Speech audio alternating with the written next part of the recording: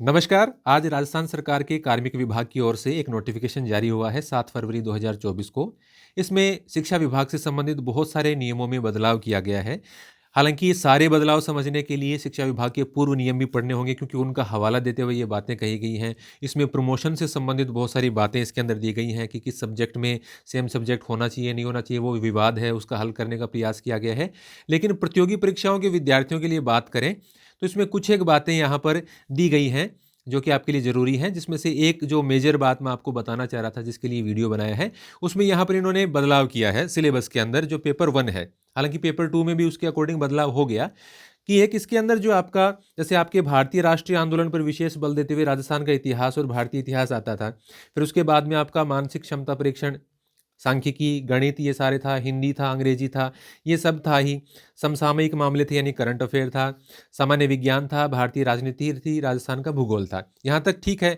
अब उसके बाद में आपका जो शैक्षिक प्रबंधन होता था या राजस्थान में शैक्षिक परिदृश्य था, उसके साथ में शिक्षा मनोविज्ञान को ऐड कर दिया गया है। जो शिक्षा मनोविज्ञान आपके सब्जेक्ट के पेपर के साथ आता था, उस शिक्षा मनोविज्ञान को पेपर 1 में ऐड कर दिया गया है।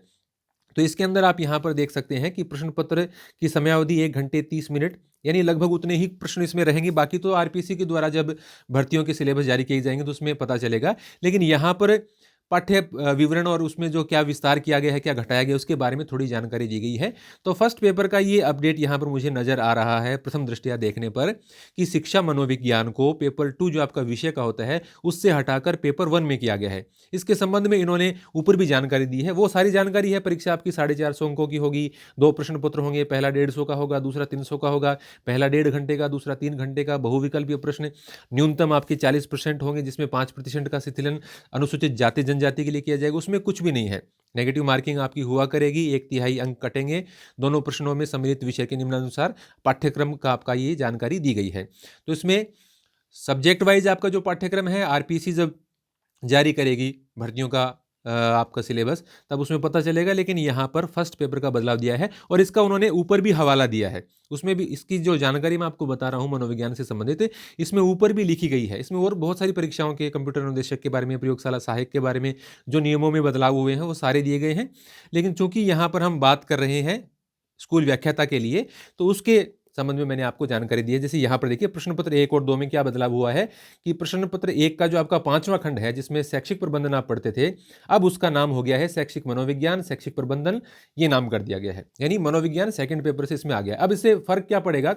फर्क ये होगा कि आपके निश्चित रूप से मनोविज्ञान के और शैक्षिक प्रबंधन के प्रश्नों की संख्या जो टोटल मिलाकर आती थी वो कम हो जाएगी, क्योंकि सेकंड पेपर में 20 से 30 प्रश्न आते थे मनोविज्ञान के और शैक्षिक प्रबंधन के 10 से 15 फर्स्ट पेपर में आते थे। तब ऐसा तो है नहीं कि 75 जो क्वेश्चन आएंगे उसमें से आपके 30 प्रश्न या 40 प्रश्न इनके डाल दिए जाएंगे। तो निश्चित रूप से शिक्षा मनोविज्ञान का और शैक्षिक प्रबंधन का यहाँ पर जो वैल्यू है वो कम हुई है। यानी इसके लिए आप पहले जितना प्रयास करते थे, जितने अंकों के लिए ये पूछे जाते थे, उतने अंकों के लिए अब नहीं पूछे जाएंगे, तय है। और आपका दूसरा पेपर है, उसमें आपका सब्जेक्ट का महत्व और ज़्यादा बढ़ गया है। जो आपके 20 प्रश्न या 30 प्रश्न मनोविज्ञान के आते थे, वो भी अब आपके सब्जेक्ट के आए करेंगे निश्चित रूप से, क्योंकि सेकंड पेपर प्योरली सब्जेक्ट का बचा है। तो ये कुछ बदलाव था जिसके बारे में मैं आपको बताना चाह रहा था। और भी जो नए बदलाव होंगे, भर्ती आएगी, उसके संबंध में किताबों के बारे में हम समय समय पर बात करते रहेंगे। यदि आप नए हैं तो हमारे चैनल को सब्सक्राइब कर लें, लाइक और कमेंट जरूर करें। धन्यवाद।